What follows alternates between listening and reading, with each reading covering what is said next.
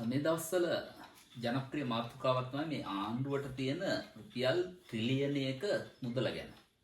ඉතින් දේශපාලන වේදිකාවේ කියනවා එක පැත්තක් අපිට රුපියල් ට්‍රිලියනයක් තියෙනවා. භාණ්ඩාගාරයේ පිරලා ඉතිරිලා යනවා. එහෙම කතාවකුත් කියනවා. ඒ අස්සේ විපක්ෂීය മന്ത്രിවරු අහන ප්‍රශ්නයක් තමයි ඇයි ඔය සල්ලි නිකන් බැංකුවේ දාගෙන ඉන්නේ?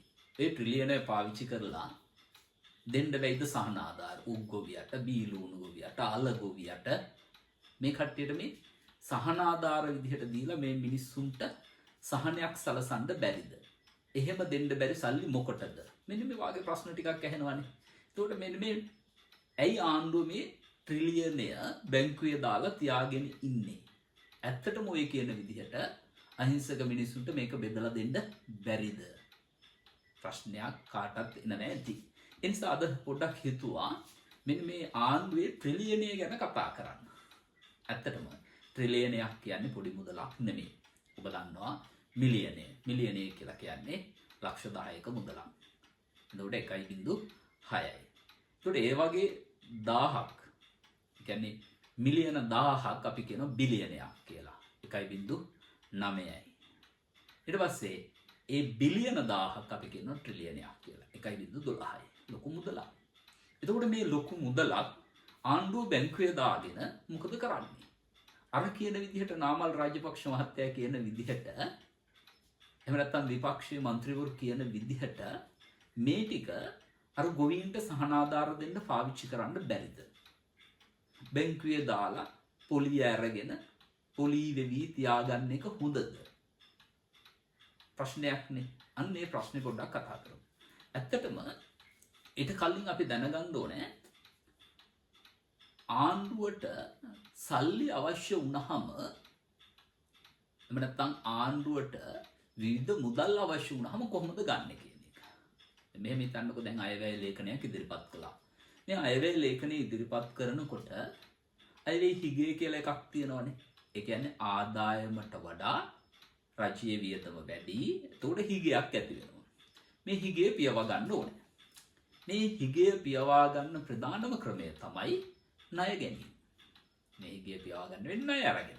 ඒතකොට ණය ගන්නව නම් ණය ගන්න ක්‍රම දෙකක් තියෙනවා. එකක් තමයි දේශීය වශයෙන් ණය ගන්න එක, අනිත් එක විදේශීය වශයෙන් ණය ගන්න එක. හැබැයි එක පැත්තකින් දැන් අපි විදේශ ණය ගැටලුවකට මුහුණ දීලා තියෙන්නේ. අපිට විදේශ විනිමය බොහොම අමාරුවෙන් තමයි අපි උපයාගන්නේ. ඒ වගේම අපිට විදේශ ණය විශාල ප්‍රමාණයක් ගෙවන්න තියෙනවා. ඒ දෘෂ්ටි කෝණයෙන් බලපුවාම අපි විදේශ ණය ගන්න එක ටිකක් ගැටලුකාරී තත්ත්වයක්. ඒ වගේම තමයි අපි අර ණය ගෙවීමේ පැහැරහැරීමේ මට්ටමේ හිටපු රටක ඉඳලා යාන්තම් උඩට එන මට්ටමක ඉන්නේ. නිසා අපිට අර විශ්වාසනීය විදිහට ණය දෙන්න ණය සැපයුම් කරුවෝ ඉදිරිපත් වීමේ ප්‍රවණතාවයක් අඩුයි. ඒ නිසා අපිට ලේසි නෑ විදේශ ණය ගන්න එක.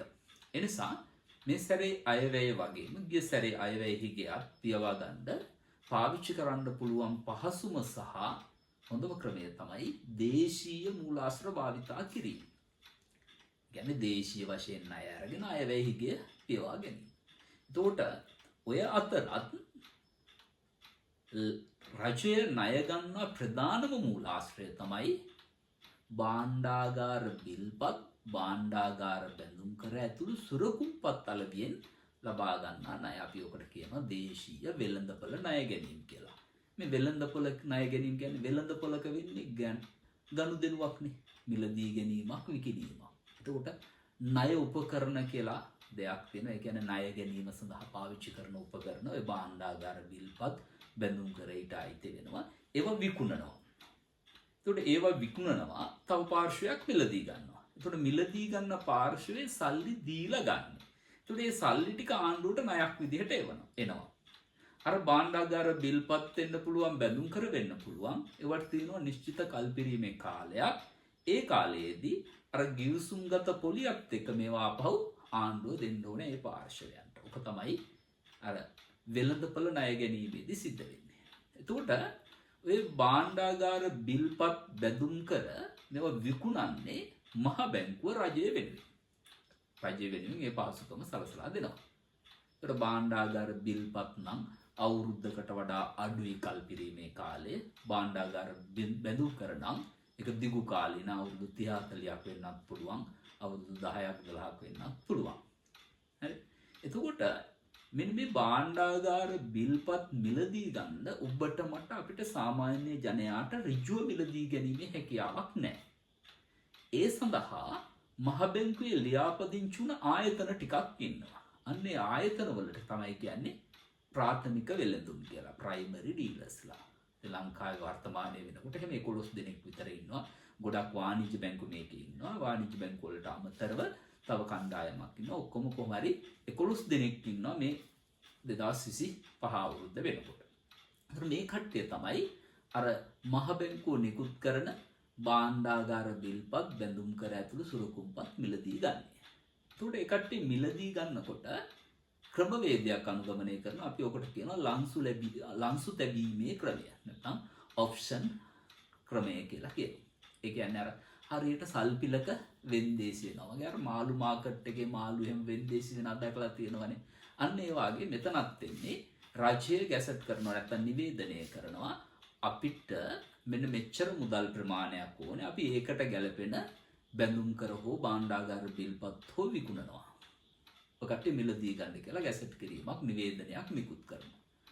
අහවල් දින වෙනකොට ඔබගේ ලංසු තබන්න කියලා තමයි එතනදී කියන්නේ. දිනයකුත් දීලා වෙලාවකුත් දීලා ඒ වෙනකොට ලංසු තැබීම කරන්න කියලා කියනවා.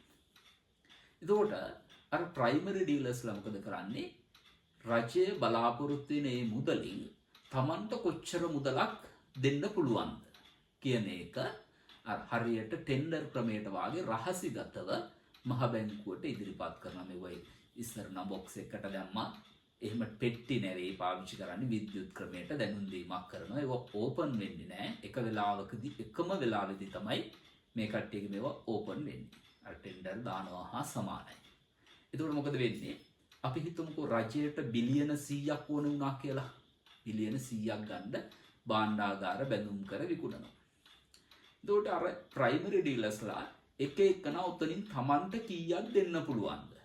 ඒ වෙනුවෙන් Taman කොච්චර පොලි අනුපාතිකයක් බලාපොරොත්තු වෙනවද? ඔන්න ඔය විදිහට Tamanගේ ලංසු ඉදිරිපත් කරනවා. අපි හිතමු A කියලා ප්‍රයිමරි ඩීලර් කෙනෙක් හිටියා කියලා. එයා කියනවා රයිට් මම ඕකෙන් බිලියන 50ක් දෙනවා. හැබැයි මගේ පොලි අනුපාතිකය 10%යි. තව කෙනෙක් කියනවා මම ඕකෙන් බිලියන 20ක් දෙන්නම්. මගේ පොලි අනුපාතිකය 8%යි. තව කෙනෙක් කියනවා මං ඕකෙන් බිලියන 50ක් දෙන්නම්. තව මම 50ක් දෙන්නම්. මගේ පොලි අනුපාතිකය 9%යි. තව කෙනෙක් කියනවා මං බිලියන 25ක් දෙන්නම්. මගේ පොලි අනුපාතිකය 7%යි. ඔන්න ඔය විදිහට තමන්ගේ පොලි අනුපාතිකය සහ තමන්ට සැපිය හැකි ණය ප්‍රමාණය පිළිබඳ විස්තරේ ලබා දෙනවා මහ බැංකුවට. මහ බැංකුව නිශ්චිත වෙලාවක් කරගෙන මහ බැංකුවේ ඉන්න ණය මණ්ඩලය කියලා මණ්ඩලයක්. ඒ සමාජිකයෝ එකතු වෙලා දැන් මේ ලංසු අර ටෙන්ඩර් කඩනවා වගේ ලංසු ටික බලනවා එකම මොහොතක. ඒ කරලා මේ කට්ටිය පෙළ ගස්සනවා. දෙන්න පුළුවන් මුදල් ප්‍රමාණය පොලි අනුපාතිකයත් එක්ක. අඩුම පොලි අනුපාතිකයේ ඉඳලා වැඩිම පොලි අනුපාතිකය දක්වා බෙල ගස්සනවා. ඊට පස්සේ මොකද කරන්නේ? තමන්ගේ මුදල බිලියන 100යි බිලියන 100 ගන්න පොලි අනුපාතික අඩුම ඉදිරිපත් කරපු කට්ටියගෙන් කොච්චරක් ගන්න ඕනේද? අන්න ඒ ටික ඒ කට්ටිය ගන්නවා. අපි හිතමු දැන් 7ට දුන්නා 25ක් 8ට දුන්නා 50ක් එතකොට 75යි තව 25යි අඩු වෙන්නේ. ඊට පස්සේ 9ට දුන්නේ එකනා 50ක් දෙන්න කැමති 50න් 25ක් විතරක් ගන්නවා.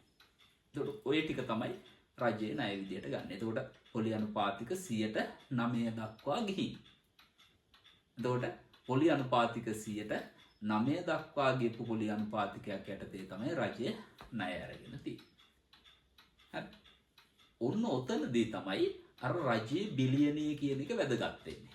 මොකද ප්‍රයිමරි ඩීලර්ස්ලා රජයට ණය දෙනකොට රජයේ මූල්‍ය හැකියාව පිළිබඳවත් හොයලා බලනවා. කටට මතක ඇති පහුගිය කාලේ භාණ්ඩාගාර බිල්පත් බැඳුම් කරවල පොලි අනුපාතිකය 50% විතර වට්ටමකට ගියා. ඒකට හේතුව මොකද්ද? ඒ කාලේ රජයේ ආදායම් සතයක්වත් නැහැ. එතකොට භාණ්ඩාගාර බිල් නිකුත් කරනකොට අර ප්‍රයිමරි ඩීලර්ස්ලා දන්නවා අපි කීය කිව්වත් මේ කට්ටියට ගන්න වෙනවා කියලා. ඒ නිසා ඒ කට්ටිය ඔප්ෂන් එකේදී දාන පොලි අනුපාතික ටිකක් වැඩි කරනවා. හරිද? මොකද වැඩි කරත් අඩු කරත් රජයට වෙන විකල්පයක් නැහැ, මේක ගන්නම වෙනවා. එහෙම වුණාම අර ප්‍රාථමික වෙළඳුන් මොකද කරන්නේ? පොලි අනුපාතික වැඩි කරනවා. විදේශ ණය වලට යන්නත් බෑ, වෙනත් ක්‍රම ඇත්තෙත් නෑ, මේකෙමයි ගන්න තියෙන්නේ. පොලි අනුපාතික වැඩි කරනවා. ඔය පොලි අනුපාතික වැඩි කරපුවාම ඒක සමස්ත පොලි අනුපාතික වැඩි වෙන්න හේතු වෙනවා. සමස්ත පොලි අනුපාතික වැඩි වුණාම මොකද වෙන්නේ?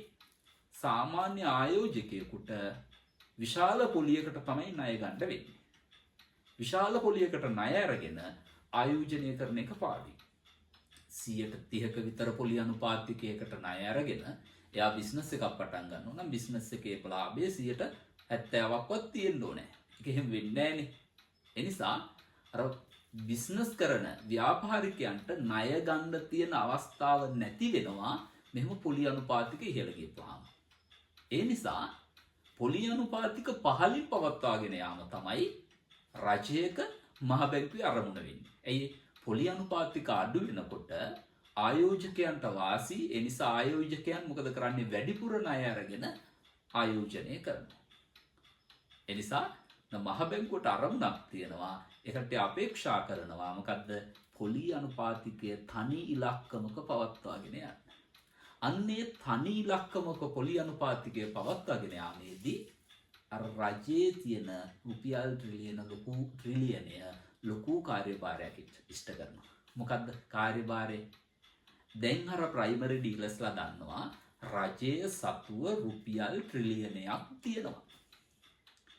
එතකොට ප්‍රයිමරි ඩීලර්ස්ලා ඕක මතකයේ තියාගෙන තමයි තමන්ගේ ලන්සු දැබීම කරන්නේ.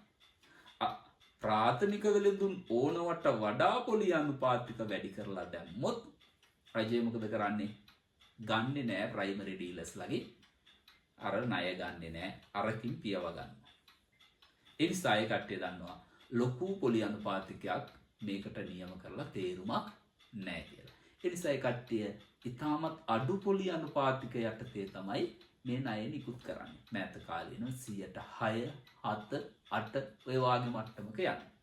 එතකොට අන්න පොලි අනුපාතිකය කොන්ට්‍රෝල් කරන්න ලොකු කාර්යභාරයක් ඉටු කරනවා කවුද? අර ආණ්ඩුව සතුව තියෙන රුපියල් ට්‍රිලියනය. දැන් බලන්නකො. පොලි අනුපාතිකය අඩු කළා ආණ්ඩුව සතුව තියෙන රුපියල් ට්‍රිලියනය. ලුණු ගොවියට දුන්නා නම් එයාට විතරක් මේ අවුරුද්දට සහනයක්. අල ගොවියට දුන්නා නම් එයාට මේ අවුරුද්දට සහනයක්. හැබැයි ලබන අවුරුද්දෙත් මෙයා මොකක් කරන්න ඕනද?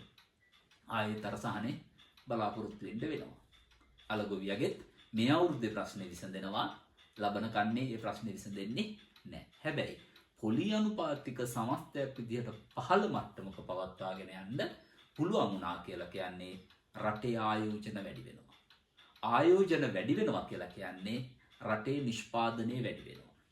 රටේ නිෂ්පාදනය වැඩි වෙනවා කියලා කියන්නේ සේවා නියුක්තිය වැඩි වෙනවා. රැකියා අවස්ථා බිහි වෙනවා, සම්පත් භාවිතය වැඩි වෙනවා. සේවා නියුක්තිය වැඩි වෙනවා කියලා කියන්නේ ඒ සේවා නියුක්ත කරන සම්පත් වලට ආදායම් ලැබෙනවා. වැටුප් බදු කුලී ලාභ කියන ආදායම් ලැබෙනවා. අන්න ආදායම් ලැබෙනවා කියන්නේ රටේ ආදායම වැඩි වෙනවා. රටේ ආදායම වැඩි වෙනකොට ඒකෙන් කොටසක් පරිභෝජනය කරනවා, කොටසක් ඉතිරි කරනවා. අන්න ඉතුරුම් වැඩි වෙනවා. ඉතුරුම් වැඩි වෙනකොට මොකද වෙන්නේ? ඉතුරුම් වැඩි වෙනකොට ඒ ඉතුරුම් නැවත ආයෝජනය කරන්න පාවිච්චි කරන්න පුළුවන්. රටේ ආයෝජන වැඩි වෙනවා. ආයෝජන වැඩි වෙනවා කියන්නේ නැවත වතාවක් රටේ නිෂ්පාදනය වැඩි වෙනවා. ඒ නිසා රටේ නිෂ්පාදනය වැඩි වෙනවා කියන්නේ අලුත් රැකියා බිහි වෙනවා, නිෂ්පාදනය ඉහළ යනවා, ආර්ථිකය වර්ධනය වෙනවා, ආපහු ඉතුරුම් වැඩි වෙනවා. දිගින් දිගටම මේ ක්‍රියාවලිය ඇති වෙලා ආර්ථිකය වේගයෙන් සංවර්ධනය කරා ගමන් කරනවා. එහෙනම් රටක් සංවර්ධනය කරා මෙහෙවීමේදී මෙන්න මේ රජයේ සතුව තියෙන අරමුදල් ලොකු කාර්යභාරයක් ඉෂ්ට කරනවා. අපි හිතමුකෝ ඒ කියන ට්‍රිලියනෙන් තිබ්බේ නැහැ කියලා. අනිත් පැත්ත මොකද වෙන්නේ? වෙන දේ තමයි අර ප්‍රයිමරි ඩීලර්ස්ලා දන්නවා අපින් මේ සල්ලි ටික ගත්තේ නැත්තම් ආණ්ඩුවට මේ අයවැය හිගය පියවා ගන්න වෙන විකල්පයක් නැහැ.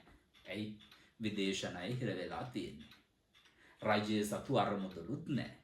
එහෙනම් මේ කට්ටියට අපෙන් මුදල් ගන්නම සිද්ධ වෙනවා කියන හැඟීම යනවා. එතකොට ඒ කට්ටිය අර ඔප්ෂන් එකේදී දාන පොලි අනුපාතික ටිකක් වැඩි කරනවා. පොලි අනුපාතික වැඩි වෙනකොට වැඩි වුණා කියලා ඒක ප්‍රතික්ෂේප කිරීමේ හැකියාවක් ආණ්ඩුවට නැහැ. එතකොට මොකද වෙන්නේ? ප්‍රතික්ෂේප කිරීමේ හැකියාවක් නැහැ කියලා කියන්නේ අර වැඩි පොලි අනුපාතිකයට ණය ගන්න වෙනවා. වැඩි පොලි අනුපාතිකයට ණය ගත්තාම ක්‍රමිකව මේක ආර්ථිකයේම පොලි අනුපාතිකය ඉහළ යන්න හේතු වෙනවා. පොලි අනුපාතික ඉහළ යනකොට මොකද වෙන්නේ? වැඩි පොලියට ණය අරගෙන ආයෝජනය කිරීම පාඩු නිසා පෞද්ගලික ආයෝජන නතර කරනවා. ඕකට ආර්ථික විද්‍යාවේදී කියනවා තෙරපුම් ප්‍රතිවිපාකය කියලා. මොකද්ද? රජය වැඩි වශයෙන් ණය ඉල්ලුම් කරනවා. ඒකේ ප්‍රතිඵලයක් විදිහට පොලි අනුපාතික ඉහළ යනවා. පොලි අනුපාතික ඉහළ ගියපුවාම දේශීය පෞද්ගලික ආයෝජකයෝ ආයෝජන කරන්න නැතුව පැත්තකට වෙලා ඉන්නවා. ඔකට කියනවා තෙරපුම් ප්‍රතිවිපාකය කියලා. ඒ වුණාම මොකද වෙන්නේ? ආයෝජන අඩුයි, නිෂ්පාදනය අඩුයි. එතකොට මොකද වෙන්නේ? නිෂ්පාදනය අඩු වෙනකොට රැකියා අවස්ථා අඩු කරන්න සිද්ධ වෙනවා. සේවකයෝ රැකියාව වලින් එළියට දාන්න සිද්ධ වෙනවා. සේවා වියුක්තියක් ඇති වෙනවා. ආදායම අඩු වෙනවා. ආදායම අඩු වුණාම ඉල්ලුම අඩු වෙනවා. ඉල්ලුම අඩු වුණාම අර නිෂ්පාදනය කරපු ටිකවත් විකුණා ගන්න බැරි වෙනවා. වෙයිතිරි වෙලා විසි කරන්න සිද්ධ වෙනවා. නිෂ්පාදනය අඩු වුණාම මොකද වෙන්නේ? ආපහු ඊළඟ අවස්ථාවේ ආදායම අඩුයි, සේවා වියුක්තියක්, ආපහු ඉල්ලුම අඩු වෙලා ආපහු නිෂ්පාදනය අඩු වෙනවා. ඒ කියන්නේ සල්ලි ටික ගොවියට දීලා පැත්තකට වෙලා හිටියොත් මොකද වෙන්නේ? ආපහු ඊළඟ සැරේ ගොවියට ඔය කියන ලූණු ටික විකුණා ගන්න කෙනෙක් නැති වෙනවා. හේතුව ආදායම අඩු වෙනවා. ආදායම අඩු වුනහම සාමාන්‍ය ජනතාවට ඉහළ මිලකට අර ලූණු ටික ගන්න පුළුවන් කමක් නැහැ. ඒ කට්ටිය ගන්න එක අඩු කරනවා. එතකොට මොකද වෙන්නේ? වැඩි මිලක් තිබ්බට වැඩක් නැහැ. අලෙවි වෙන්නේ නැහැ. අලෙවි වෙන්නේ නැහැ කියන්නේ ආපහු ආර්ථිකයට මේක අහිමි වෙනවා. නරක වෙලා විනාශ වෙලා විසි කරන්න වෙනවා. ඒ නිසා මේක රජයේ සතුව තියෙන අරමුදල් කියලා කියන්නේ පුංචි කාලේ කොච්චර සල්ලි නැහැ කිව්වත් සල්ලි කීයක් හරි හංගගෙන අපිට අනපේක්ෂිත අවස්ථාවක පාවිච්චි කරන්න තියාගෙන හිටපු අම්මා වාගේ මේක ඉතා ලොකු වැදගත්කමක් තියෙනවා. ඒ නිසා මේ මුදල් ටික අල ගොවියට ලූණු ගොවියට දීලා එවලට සහනයක් දෙනවට වඩා ආර්ථිකය පද්ධතියක් විදිහට ස්ථායී කරන එක ලොකු මෙහෙයක්. අන්නේ මෙහෙය මේ මුදල් ටික ඉටු කරනවා. අපි කවදාවත් දැකලා නැහැ කිසිම ආණ්ඩුවක් මේ වාගේ සැලසුම් සහගත විදිහට ආර්ථික ස්ථායී කරන එකට යනවා. ඒ නිසා මෑත කාලිනව මේ ආණ්ඩුව ලොකු කාර්යභාරයක් එතනදී කරන්නේ. ආණ්ඩුවට ජනප්‍රිය තීරණයක් විදිහට අර අල ගොවියන්ගේ අල ටික ගන්න තිබ්බා වැඩි මිලකට. බීලුණු ටික වැඩි මිලකට ගන්න තිබ්බා. උක් ගොවියාගේ උක් ටික වැඩි මිලකට ගන්න තිබුණා. හැබැයි ඒවා తాවකාලිකයි. දිගු කාලීන දරණීය සංවර්ධනයකට යන්න නම් අපි හැම වෙලාවෙම ගෝලීය වශයෙන් තරඟ කරන්න පුළුවන් නිෂ්පාදකයෝ බිහි කරන්න ඕනේ. ලුණු කිලෝ එකකට රුපියල් 90ක බද්දක් ගහලා ඉන්දියාවේ ලුණු අපිට රුපියල් 150ට ගන්න පුළුවන්. 160ට ගන්න පුළුවන්. එහෙනම් අපේ දේශීය නිෂ්පාදකයාට ඒක බැරි. ඒක බැරි වෙන්න හේතුව අපේ නිෂ්පාදන පිරිවැය ඉහළයි. ඵලදායීතාවය අඩුයි. අපි ඒකේ ඵලදායීතාවය වැඩි කරලා ඒකක පිරිවැය අඩු කරන මට්ටමකට යන්න ඕනේ. එහෙම වුණේ නැත්නම් මේ රට ගොඩ ගන්න බොහොම අමාරුයි. අපි වෙන දවසක හම්බෙමු. අයිබෝවන්.